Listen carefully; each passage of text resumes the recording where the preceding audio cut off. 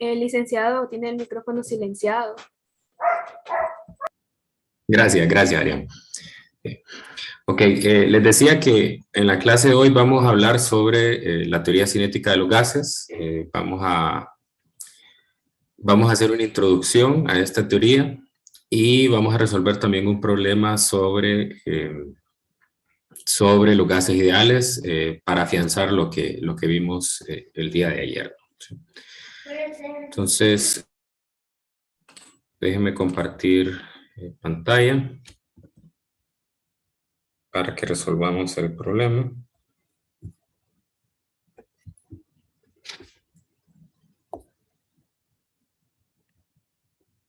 Vamos a dejar un poco de espacio aquí.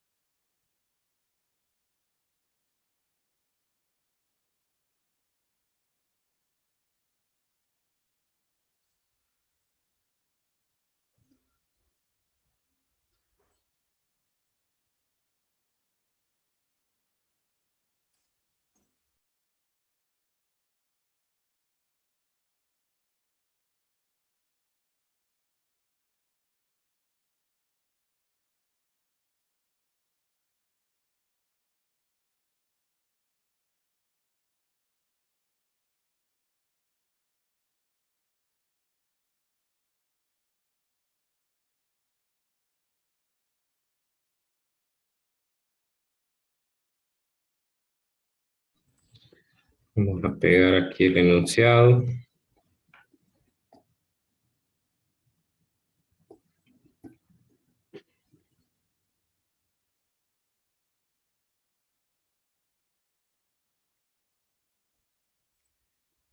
En este problema me dicen que una cantidad de gas ideal a 12 grados y una presión de 108 kilopascales ocupa un volumen de 2.47 metros cúbicos. Y me pregunta para ese estado del gas cuántos moles contiene. Si notan, me están dando la temperatura. Tengo la temperatura, me están dando la presión y me están dando pues el volumen.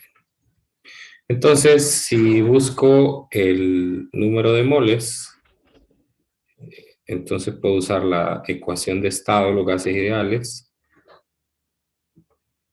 y despejar para el número de moles. Me quedaría presión por volumen entre R por T. Bien, sin un simple despeje, solo tengo que tener cuidado de colocar las unidades correctamente. La presión son 108 kilopascales, o sea, 108 por 10 a la 3 pascales, por el volumen, que son 2.47 metros cúbicos, y en el denominador, pues tenemos la constante de los gases R. En esta ocasión la vamos a poner en unidades del sistema internacional, por los datos en los que se nos proporciona la presión y el volumen. Y la temperatura, pues me dicen que es de 12 grados. Aquí hay que tener cuidado de hacer la conversión a Kelvin. Entonces serían 285 Kelvin. 285 Kelvin. Muy bien, entonces a ver si me ayudan con ese cálculo. A mí me da 112.6 mol. A ver si me confirman.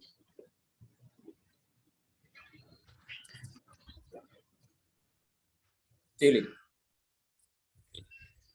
Cuidado con las unidades de temperatura, ¿no? No es lo mismo que ponga grados Celsius aquí, porque no habría una cancelación con ya que esta temperatura es una temperatura de estado, no una temperatura de cambio de temperatura, ¿no? Entonces hay que tener cuidado con eso. Bien, el inciso B. En el inciso B pasamos de un estado 1, que es el del inciso a un estado B. Si la presión se eleva ahora a 316 kilopascales y la temperatura se eleva a 31 grados Celsius, ¿qué volumen ocupará ahora el gas? Bien, entonces, recordar que tenemos una ecuación que me relaciona las variables de estado cuando hay una transformación.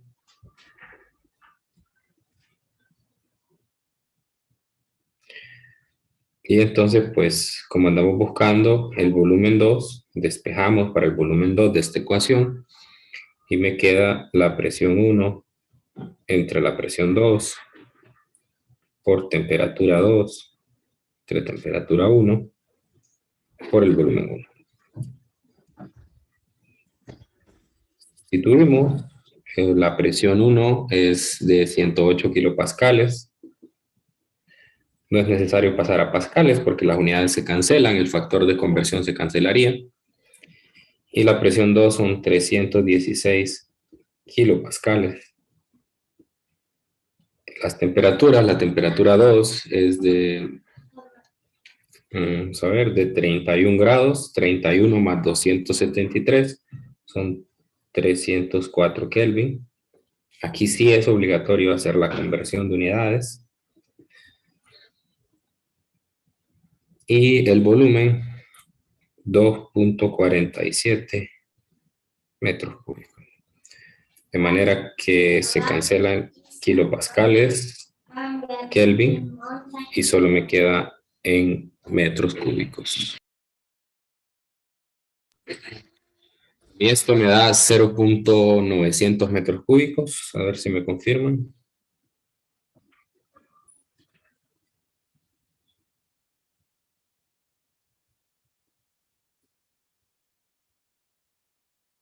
Confirmo, Luis. Gracias.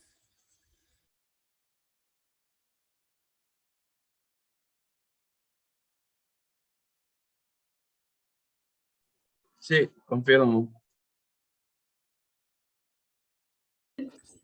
Gracias. Ok, entonces este es un problema de objetivos mínimos. No hay mayor complicación en este tema, pues porque solo es la parte introductoria. De aquí en adelante, esto se va a volver bastante cotidiano, trabajar con estos cálculos. Entonces, es necesario pasar por un problema como este pues, para conocer los detalles, ¿verdad? Y que no se les escape cosas tan simples como no realizar una conversión y hacer un despeje malo, por ejemplo, colocar erróneamente la constante de los gases ideales, ese tipo de detalles que parece simple, ¿verdad? Pero a veces con la rapidez o la prisa de estar haciendo el examen, pues a veces se escapan, ¿verdad? Entonces hay que tener cuidado con ellos. Bueno, eso es este problema. No sé si hay alguna pregunta, un comentario sobre esto. Sí, yo tengo una pregunta. Cuando Bien. convierte los grados Celsius a Kelvin, solamente usa el 273, así que no importa si no ponemos el punto 15. No. Es por comodidad, ¿no? Y es bastante común en los libros de texto que no se utilice el punto 15. Pero tampoco se lo voy a poner malo. Si no lo usa, ni le voy a bajar puntos. O sea, puede trabajar así. Gracias, Lee. Igual, si quieren ser más precisos y ponerle el punto 15, perfecto, háganlo, no hay problema. Bueno, entonces ahora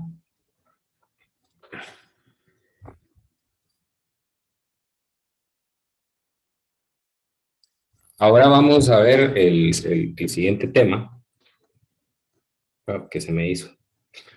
Se me vino por acá abajo. El relajo. Déjenme mover esto antes de empezar. Ahora sí. Ok, hoy vamos a estudiar, hice unas capturas aquí del libro para no tener que dibujar y escribir estas cosas y así ahorrar un poco de tiempo. Vamos a estudiar el modelo cinético molecular de los gases, particularmente de los gases ideales, ¿no? Es decir, ya este modelo incorpora la ecuación de estado de los gases ideales en lo que todo el tratamiento respecta, ¿no? Bien, el modelo cinético molecular de los gases, o como tradicionalmente se le llama la teoría cinética de los gases, lo que trata de hacer es una conexión entre las cantidades macroscópicas medibles, como la presión, la temperatura, con el movimiento interno de los constituyentes de los gases, que son las moléculas, ¿no?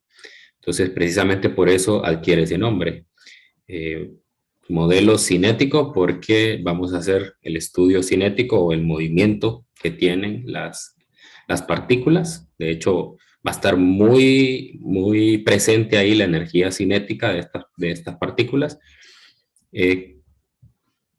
Y los constituyentes, pues vamos a considerar que son las moléculas. Bueno, el modelo tiene algunas limitaciones, ya que hace algunas suposiciones para poderlo desarrollar.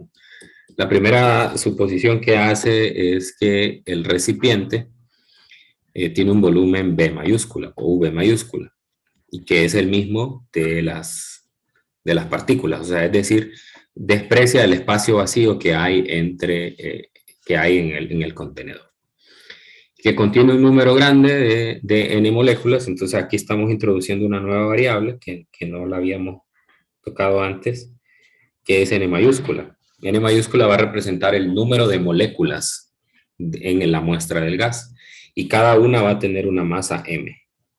Entonces son dos variables que vamos a emplear de aquí en adelante, n mayúscula y m minúscula.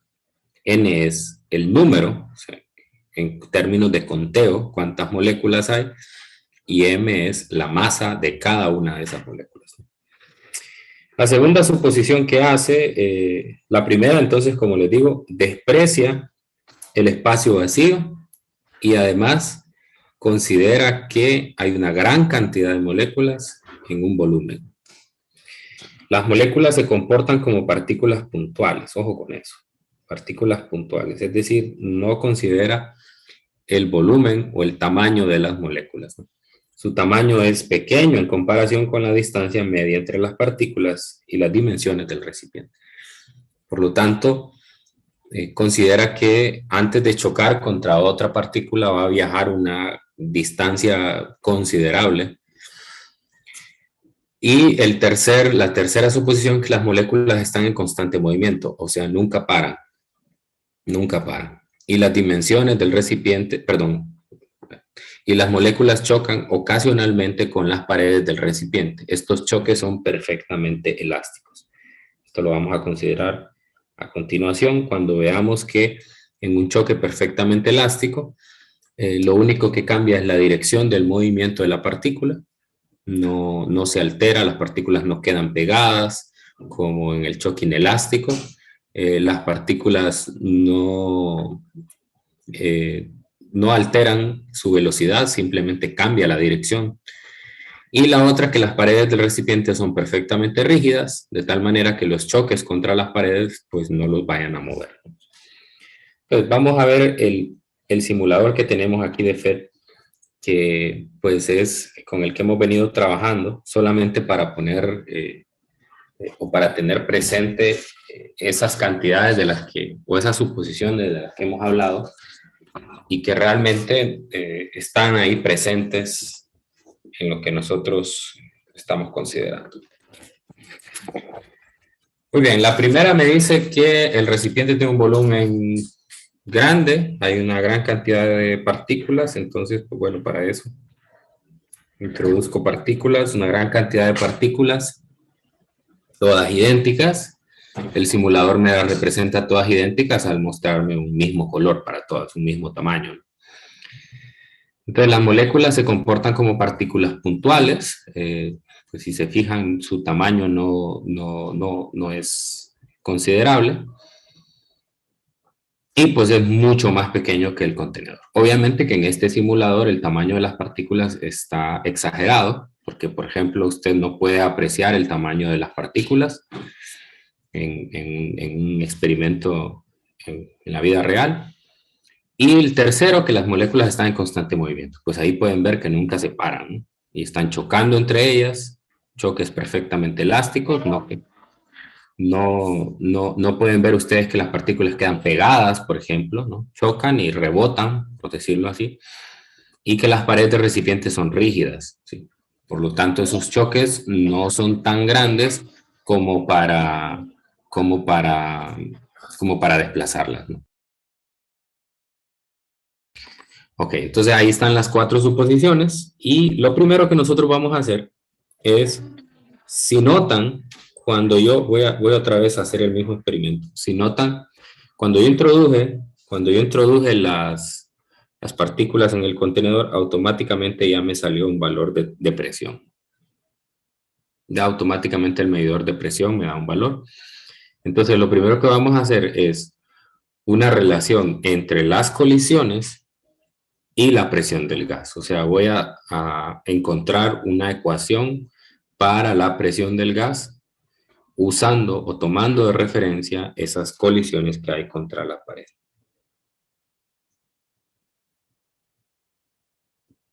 Muy bien, entonces para eso tengo estas dos figuras aquí. La primera me considera una sola, la de la izquierda, la 18.11, me considera una sola partícula que está chocando contra una pared. Como el choque es elástico, entonces fíjese en las componentes de velocidad de la molécula. Antes del choque tiene una componente de velocidad en X negativa y después del choque tiene una componente de velocidad positiva. O sea, básicamente solo cambió de dirección. Y la componente de velocidad en Y va a seguir siendo la misma. Entonces hay un rebote nada más.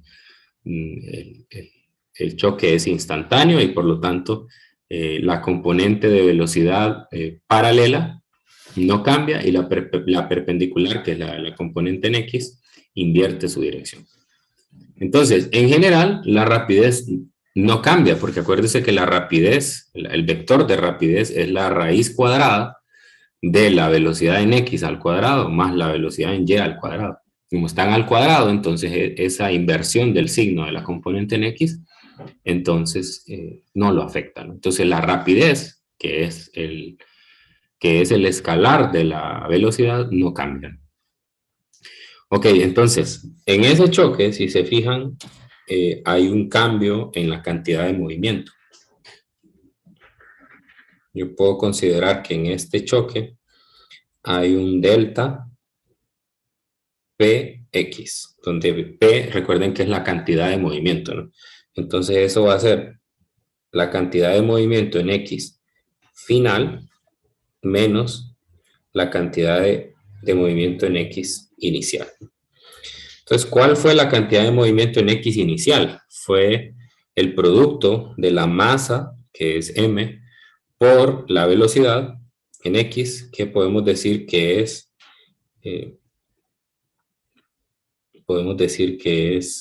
esta es la final, perdón, esta es la final. Podemos decir que es esta, ¿no? Ahí lo puede ver en la figura. Esa sería la velocidad en X después de la colisión.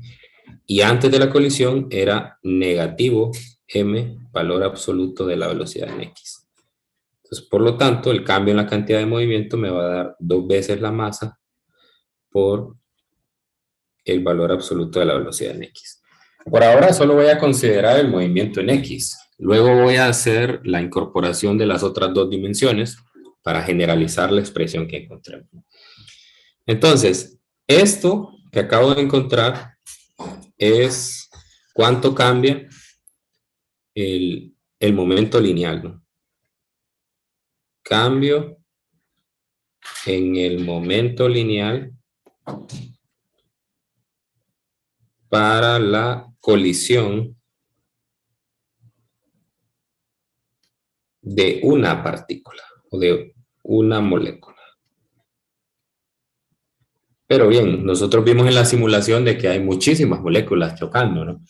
Entonces, para generalizar eso, pues vamos a considerar un volumen como el que se muestra en la figura de la derecha. Un volumen cilíndrico, es un volumen imaginario, obviamente, ¿no?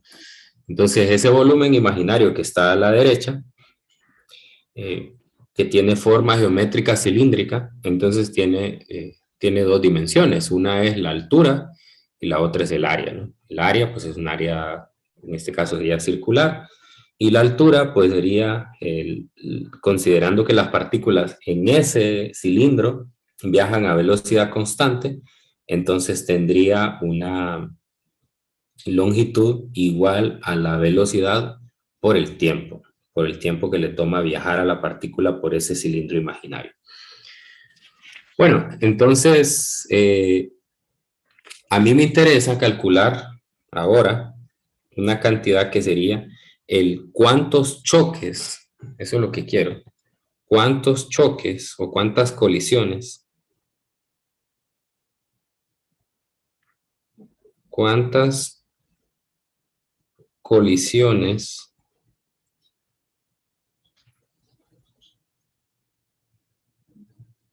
hay contra el área A durante el tiempo diferencial de T. Entonces, ese número de colisiones yo lo voy a representar así como número C, número de colisiones, así le voy a llamar. No me interesa realmente la nomenclatura. Entonces, voy a decir que en promedio, como estoy viendo en X, en X solo hay dos paredes, ¿no? Hay dos paredes en X, hay dos paredes en Y, hay dos paredes en Z, obviamente considerando un sistema de coordenadas cartesianas. Entonces, en promedio, solo el 50% de probabilidad tiene de chocar contra una pared en específico, ¿no? O sea, ese un medio que estoy colocando aquí es una probabilidad del 50% de chocar contra una pared. Por n entre V mayúscula, donde n sobre V mayúscula es el número de moléculas por unidad de volumen. O sea, yo considero un volumen en particular, hago el conteo de cuántas partículas hay en ese volumen y luego lo divido entre el volumen y eso me va a dar un valor numérico en 1 sobre metros cúbicos. A eso se le llama la densidad numérica. Y si eso lo multiplico por un volumen, que es el volumen que tiene el cilindro que está ahí arriba, el volumen de ese cilindro es A por el valor absoluto de la velocidad por el diferencial de T. Entonces, esta otra cantidad que está aquí entre paréntesis es la llamada densidad de número o densidad numérica. Y tiene unidades de metros a la menos 3. Y esta otra cantidad que está acá es el volumen del cilindro. Entonces, si usted multiplica esas tres cantidades, lo que va a tener es cuántas colisiones hay contra esa área en un tiempo diferencial de T.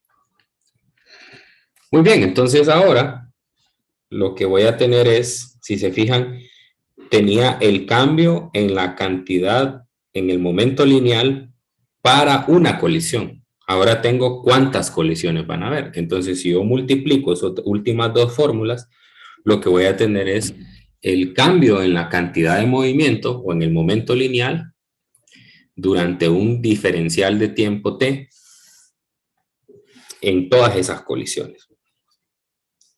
Entonces, para el total de colisiones, entonces voy a tener que el diferencial de momento lineal en X es igual a un medio. Ese es todo el primer término que tiene que ver con el número de colisiones.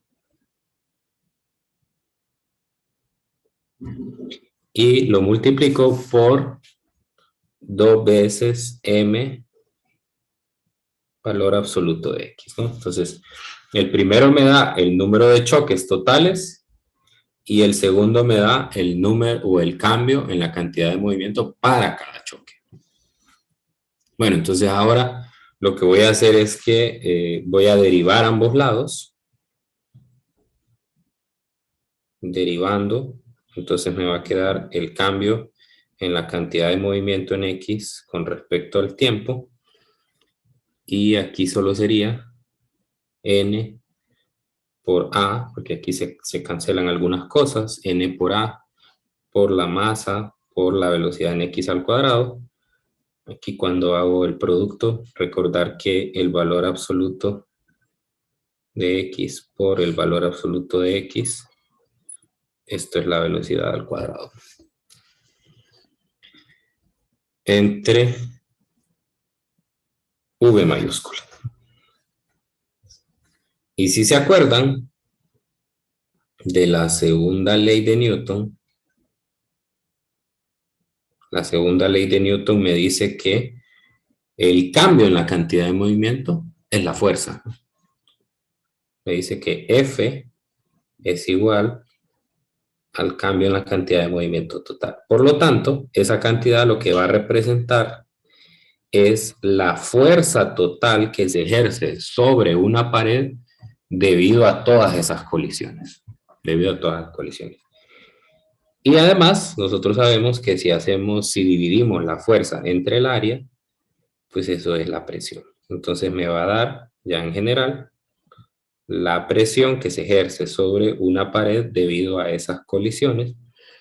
Y me queda N por M por Bx al cuadrado sobre V. Y ahí está la ecuación final.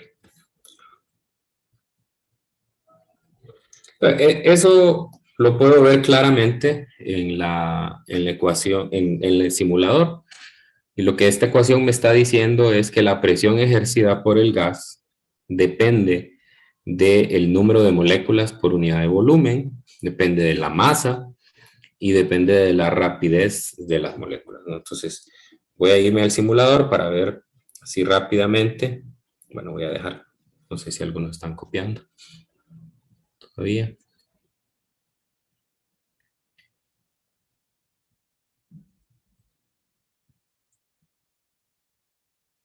Entonces, hay algo que me dice esa ecuación, ¿verdad? Uno, entre más grandes son las moléculas, más grande va a ser la presión, obviamente. Entre más masivas son, más grande va a ser la presión. Y entre más rápido se muevan, más grande va a ser la presión. Y lo que me dice es que entre más grande es el recipiente, más pequeño es el volumen, porque menor es la probabilidad de colisión que tengo. Entonces, me voy al simulador y puedo observar justamente esas variaciones, ¿no? Entonces, si yo cambio, o sea, si yo aumento el número de moléculas, lo que me dice es que P es igual a N mayúscula por M. Eso es el número de moléculas y el tamaño de las moléculas. Entonces, entre más moléculas hay, pues mayor presión hay. Y eso se ve claramente ahí en el medidor de presión, que la presión aumentó al introducirla, ¿no? Entonces, veamos aquí en el conteo de partículas. Quitemos partículas, pongamos 100 partículas. Vea que la presión anda por los 11, 12, por ahí más o menos, 12 digamos. Ahora voy a introducir 100 partículas pesadas. 25, por ahí.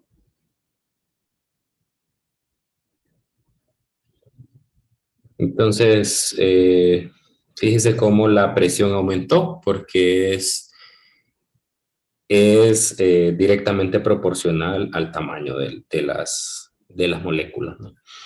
La otra es la velocidad. Dice que entre más rápido se mueven, mayor es la presión. ¿Y cómo hago que se muevan más rápido? Agregando calor. Si yo agrego calor, entonces voy a notar que las partículas se mueven más rápido y la presión pues va disminuyendo. Y es inversamente proporcional al volumen. O sea, si yo aumento el volumen, entonces la presión va a disminuir, porque la probabilidad de colisión es menor. Entonces esa ecuación claramente se ve aquí en el simulador. Bueno, entonces ahora vamos a ver, esa era una relación entre la presión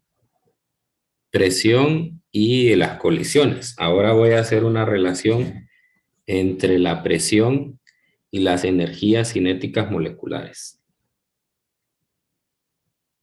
Presión y energías cinéticas moleculares. Ok, entonces voy a tomar la ecuación anterior y voy a hacer una generalización, porque si se fijan, esa ecuación está solamente para una dimensión en X, y yo quiero hacer una ecuación que tenga que ver con todo el vector de velocidad, no solamente con X, ¿no? Bien, nosotros sabemos que el vector de velocidad en general se puede escribir como v cuadrado igual a la suma de las componentes al cuadrado. Puede escribir de esa manera. Ahora, en la práctica nosotros no vamos a poder medir las velocidades individuales. Entonces, usualmente lo que tenemos son promedios. Así que vamos a promediar esa ecuación. Cada uno de los términos lo vamos a promediar y me va a quedar b cuadrado medio igual a bx cuadrado medio más by cuadrado medio más bz cuadrado medio también. Cuidado con la notación, ¿verdad? Entonces aquí voy a poner una observación. Ojo. B cuadrado medio no es lo mismo. B cuadrado medio no es lo mismo que B medio al cuadrado. Cuidado con eso, no es lo mismo. Si se fijan, en la primera aparece el cuadrado dentro de la raíz. Entonces, si yo introduzco el medio afuera, entonces estoy tomando en cuenta el cuadrado. Entonces, por lo tanto, si hay algunas que son positivas y otras negativas, eso no va a afectar al valor total. Entonces, siempre va a ser positivo. Mientras que en el otro no. Primero sumo todas las velocidades, algunas podrían ser positivas, otras negativas, y saco el promedio, y después lo elevo al cuadrado. Es muy diferente. Bueno, entonces, estadísticamente hablando, no hay ninguna velocidad favorecida. O sea, todas tienen la misma probabilidad de ocurrencia. Es decir, una partícula tiene la misma probabilidad de moverse en X, en Y o en Z. Entonces, por lo tanto, nosotros podemos decir que todas estas velocidades son iguales. Así que esta ecuación se puede escribir así. Como 3 veces bx cuadrado medio. Repito, eso es porque ninguna de las direcciones es más favorecida que la otra. Entonces, en promedio, todas tienen el mismo cambio. Así que, estadísticamente hablando, todas las velocidades son iguales, ¿no? Entonces, se suman. Ahora despejo para la velocidad cuadrado media x para poderlo sustituir en la ecuación que tenía anteriormente. Y esto me va a quedar 1/3 de b cuadrado medio. Entonces, si yo sustituyo esto en la ecuación de presión que tenía en el apartado anterior, ahora sí ya tengo una generalización del vector de velocidad y ya no solo para una dirección. Entonces, la ecuación anterior, sustituyendo, entonces la ecuación de presión anterior, voy a mandar el volumen a multiplicar al lado izquierdo.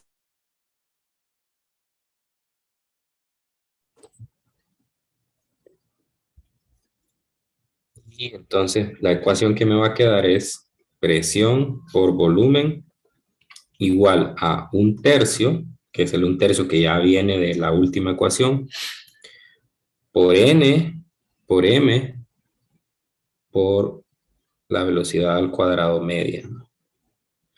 Entonces lo que hice fue sustituir este término por la velocidad cuadrada media. Y me queda esto. Y puedo separar aquí, si se fijan, esa última parte de aquí se parece bastante a una energía cinética. Entonces, si yo multiplico y divido por un 2, de manera que me aparezca el término cinético ahí, me quedaría aquí 2/3 de N mayúscula por 1/2 de la masa por la velocidad al cuadrado medio.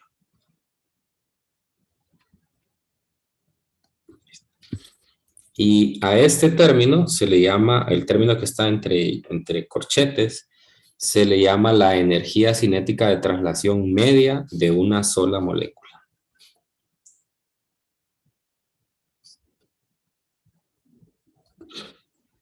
Energía cinética, traslación media. Para una molécula. Para una molécula. Y si yo lo multiplico por el N que está allí, entonces va a ser la energía cinética de todas las moléculas. Entonces, a eso le llamo K traslacional. K traslacional. Entonces, esta es una ecuación muy importante porque me está diciendo que la presión es directamente proporcional a la energía cinética de traslación de todas las partículas y además puedo utilizar la ecuación de estado gases ideales. Recordamos que la presión por el volumen es igual a nRT. Por lo tanto, si yo igualo esas dos últimas ecuaciones, me va a quedar que 2/3 de K traslacional es igual a nRT. Por lo tanto, K traslacional es igual a 3/2 de nRT. 3/2 de nRT. Y esta ecuación, muy importante. El segundo resultado importante, la teoría cinética de los gases, y me da la energía cinética de traslación media para N moles de un gas ideal. N moles de un gas ideal. Entonces, eso ya me hace una conexión directa entre la energía cinética, fíjense, en el lado izquierdo, y la temperatura. Por eso es que cuando hice la demostración anterior en el simulador, entonces si quería aumentar la temperatura, le agregaba calor, ¿no? Y eso, como consecuencia, aumenta la energía cinética de traslación de las partículas. Bueno, un último cálculo. Ahora lo que vamos a hacer es que vamos a dividir el K traslacional entre N. Entonces, como ven en la última ecuación, si divido K traslacional entre N, entonces lo que me va a quedar solamente es la energía cinética. 1/2 de M B cuadrado medio. ¿Sí? Y en la última ecuación de K traslacional, si lo divido entre N, pues me queda 3nRT dividido entre 2n. Bueno, hay una ecuación de la cual no habíamos hablado mucho, entonces vamos a hacer un paréntesis aquí. Y es cómo se define la masa molar. La masa molar se define como el producto de una constante que se llama el número de Avogadro por la masa de una molécula. Ese número de Avogadro es una constante que tiene un valor de 6.022 por 10 a la 23 moléculas por mol. Ok. Y también anteriormente habíamos expresado otra ecuación en la que dijimos que la masa total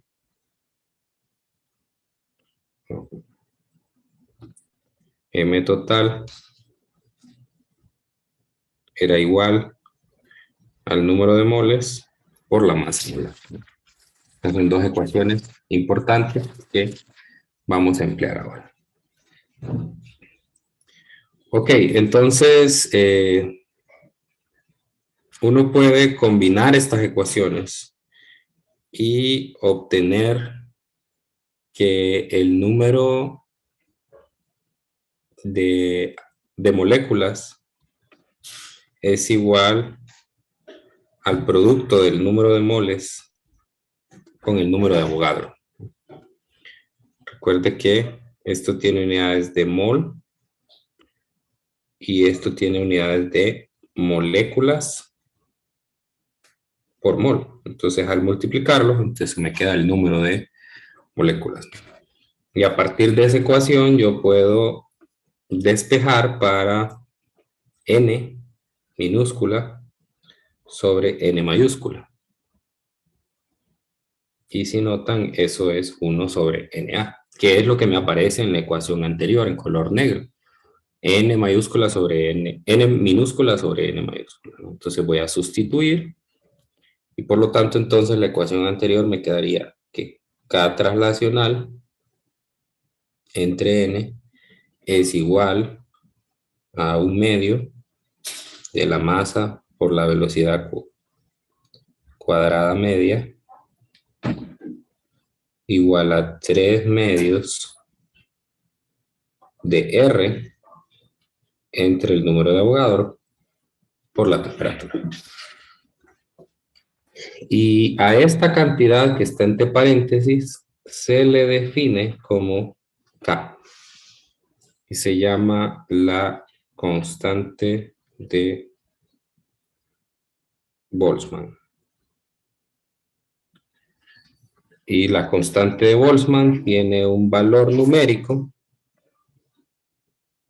de, si usted divide R entre el número de Avogadro, le da 1.381 por 10 a la menos 23 joules por molécula por Kelvin. Ok, entonces yo me voy a quedar solamente con la parte de la derecha de esa última ecuación, solamente con esto. Solo esto me va a interesar. Y como consecuencia, entonces encuentro otra ecuación. 1/2 de la masa, velocidad cuadrado media, igual a 3/2 de K por T.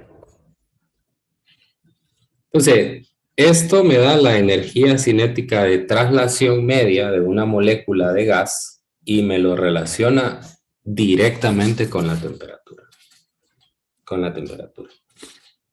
Ok, esto va en concordancia con un principio que se llama el principio de equipartición de energía. Principio de equipartición. El principio de equipartición me dice que cada grado de libertad, cuando hablo de grado de libertad me refiero al movimiento que tiene la partícula, aporta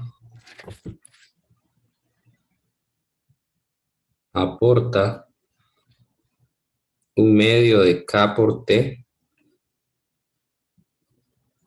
a la energía total. Entonces, ojo con este principio de equipartición de energía. Entonces, note que En esta ecuación me aparece 3 veces ese término, 1/2 de K por T. Eso quiere decir que aquí yo tengo 3 grados de libertad del tipo traslacional. Entonces, si la partícula tuviera más movimiento, por ejemplo, un movimiento de tipo rotacional o vibracional, entonces nosotros tendríamos más grados de libertad y lo único que tendríamos que hacer es agregarle esos términos 1/2 de K por T por cada grado de libertad. Entonces, nosotros aquí vamos a hacer una diferenciación entre dos tipos de moléculas. Las moléculas monoatómicas, solo vamos a pensar en dos moléculas monoatómicas que se ajustan bien a este modelo, son el helio y el argón. Entonces el helio y el argón solo tienen, las moléculas monoatómicas tienen 3 grados de libertad traslacional. O sea, es decir, como la geometría que tienen es una geometría de tipo esférica, entonces, por lo tanto, estas partículas pueden trasladarse en X, pueden trasladarse en Y y pueden trasladarse en Z. Entonces, tienen 3 grados de libertad, ¿sí? Mientras que las partículas que son diatómicas,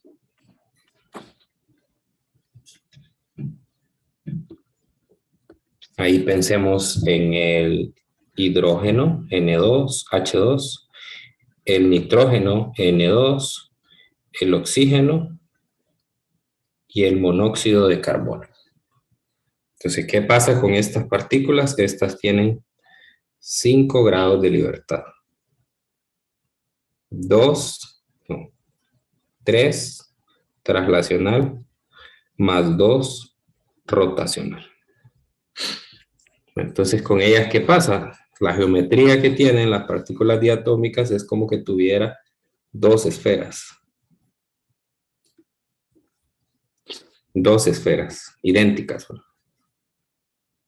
Entonces, tienen 3 grados de libertad traslacional. Imaginemos que aquí hay un enlace que las unen. Entonces, en el centro de masa puedo considerar un grado de libertad en X, grado de libertad en Y y un grado de libertad en Z. Y además, vamos a poner otro color para esto, puedo considerar que la partícula al colisionar se puede girar, puede rotarse, ¿no? Entonces puede rotar con respecto a X, entonces ahí hay un grado de libertad rotacional, puede girar con respecto a Z, ahí hay otro grado de libertad, pero el giro con respecto a Y, en este caso, por la forma en que lo dibujé, no altera la forma o la vista de la partícula. Entonces, por eso solo se consideran 2 grados de libertad rotacional, ¿no? Entonces, de aquí en adelante nosotros vamos a hacer una diferenciación entre estos dos tipos de partículas, porque eso va a hacer que el tratamiento entre una y otra sea diferente, porque la energía cinética para una partícula monoatómica solo es 3 medios de K por T, mientras que para una partícula diatómica es 5 medios de K por T. Entonces aquí vamos a agregarle 3 medios de K por T. El principio de equipartición de energía me dice que cada grado de libertad aporta 1 medio de K por T. Y aquí sería 5 medios de K por T. Muy bien. Entonces, esa era una discusión necesaria que había que hacer. Y en estos últimos minutos voy a plantear una última ecuación para cerrar esto. Y es la conocida como la rapidez eficaz. A ver, hemos dicho que no se puede estudiar de manera completa el movimiento de las partículas porque no es posible que yo vaya y agarre cada una de ellas y les mida su velocidad. Entonces, pero sí hay una manera de calcular una rapidez que es como representativa o similar a la velocidad promedio, y esa es la rapidez eficaz. Entonces, si usted nota en la última ecuación de aquí, yo puedo despejar para el b cuadrado medio. Entonces, si despejo de esa ecuación, b cuadrado medio,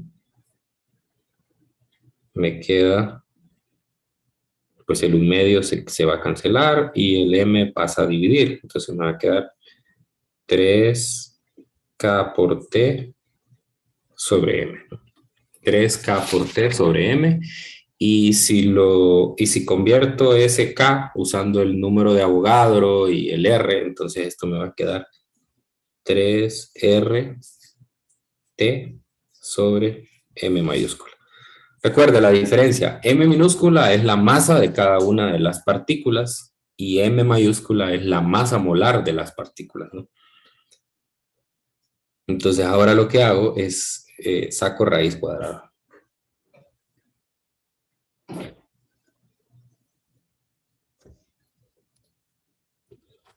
Entonces a esta le llamo BRMS, o rapidez media cuadrática, también se llama, o rapidez eficaz. Y es la raíz cuadrada de b cuadrado medio, el lado izquierdo, de la ecuación anterior, y del lado derecho me quedaría 3k por t, entre m minúscula, igual a 3rt, m mayúscula.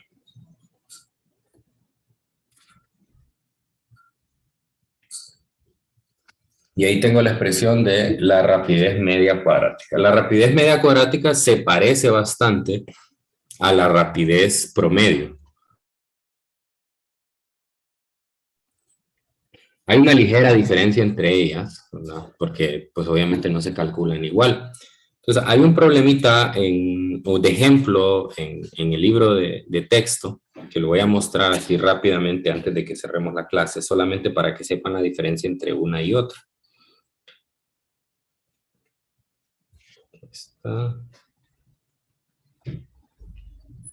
El problema es este, el problema 18.7. Fíjense que en ese problema lo que me dicen es que tengo 5 moléculas de gas que están elegidas al azar y a cada una se le calculó la velocidad.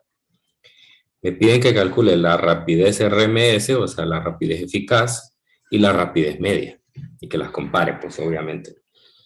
Para la RMS lo que tengo que hacer es elevar al cuadrado cada una de las velocidades, como ven aquí en esta ecuación, y luego sacar el promedio. Entonces eso es b cuadrado, es el promedio de las velocidades al cuadrado. Y eso me da 5.10 por 10 a la 5. Después, lo que tengo que hacer es sacarle la raíz cuadrada a esa velocidad, a ese valor. Y eso me va a dar 714 metros por segundo. Y luego, en el cálculo de abajo, la velocidad promedio sería sumar todas las velocidades y dividirlas entre 5. Y eso me da 700. Entonces, fíjense más o menos que están cercanas, ¿verdad? Entonces, podría uno considerar que esa es la rapidez media cuadrática, es como una velocidad representativa de todo el grupo de partículas. ¿Y cuál es la ventaja que tiene? Pues la ventaja que tiene es que solo depende de una variable, solo depende de la temperatura. Entonces, con que usted sepa la temperatura, con eso ya puede tener una muestra de la velocidad promedio, entre comillas, digamos, porque no es la velocidad promedio, de todas las partículas. Bueno, entonces ese es el último resultado de la teoría cinética de los gases. Mañana vamos a realizar un par de problemas donde pues, vamos a utilizar estas ecuaciones para una muestra de gas y determinadas condiciones, encontrar la rapidez media cuadrática. También otra ecuación importante es esta que encontramos acá, la presión en términos del número de moles, la masa de cada una de las partículas y la velocidad, etc. Bueno, entonces ya son las 12, no les quito más tiempo. Si tienen alguna pregunta, o la guardan para mañana o me la mandan ahí por el Telegram. Entonces mañana seguimos. Que tengan un feliz día y buen provecho.